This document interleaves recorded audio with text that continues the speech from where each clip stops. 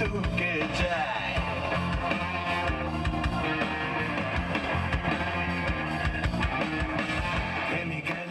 এই এমন একটা গান গেয়েছি এবং যখনই কোনো প্লেব্যাক করি তখনই সেটা একটা অনেস্টি দিয়ে, ভালোবাসা দিয়ে, যাতে নিজের বেস্টটা দিতে পারি সেটা চেষ্টা করে আসি।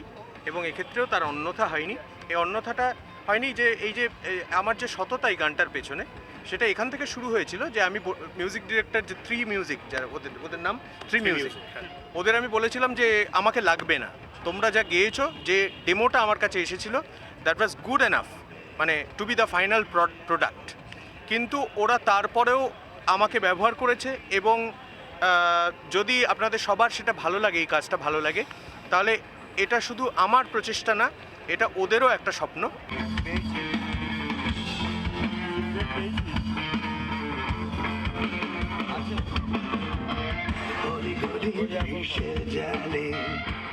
আমাদের জেনারেশনে যে কোনো মানুষের জন্য যদি এই মুহূর্তটা হতো যে একই স্টেজে রূপম ইসলাম দাঁড়িয়ে আছে এবং সে মানুষটা দাঁড়িয়ে আছে, তাদের সবার কাছে এটা স্বপ্নপূরণই হতো।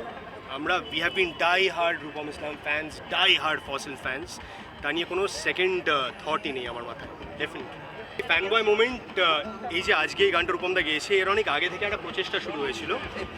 আমার পাড়িয়া বলে একটা সিনেমা আছে, অনেকেই জানবে, সেই সিনেমাটার টাইটেল ট্র্যাকটা আমরা রূপমদার কাছে নিয়ে গেছিলাম। আমরা সবাই খুব করে চেয়েছিলাম, আমি, আমার প্রডিউসার অভিনব, আমাদের ডিরেক্টর তথাগত, যে রূপমদাই যাতে এই গানটা গায়। কিন্তু আনফর্চুনেটলি সেই সময় রূপমদার একটা ইঞ্জুরি হয়, পা ইনজিয়ার্ড হয় এবং শরীর খারাপ হয়।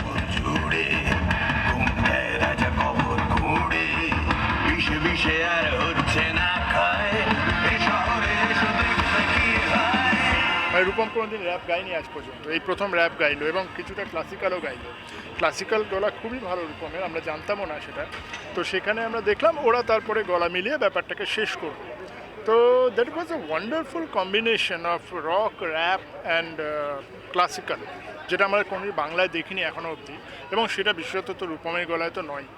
এবার এই জিনিসটা করার ফলে যে স্যাটিসফ্যাকশনটা এলো যে হ্যাঁ, মানে সত্যি একটা কিছু ক্রিয়েশন হলো আমাদের, মানে আমরা রিয়েলি একটা কাজ করতে পারলাম, তো সেটা রিয়েলি মানে এটা মাইন্ড ব্লোয়িং। হয়তো আর জীবনে হবে না, বাট এটা আমাদের প্লাস ভিডিওটাও খুব সুন্দর গেছে, খুব সুন্দরভাবে প্ল্যানিং করা হয়েছে।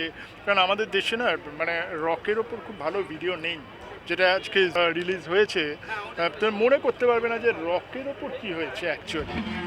ক্যামেরায় স্নেহাঙ্কুরের সঙ্গে দেবমমের রিপোর্ট, এস নিউজ।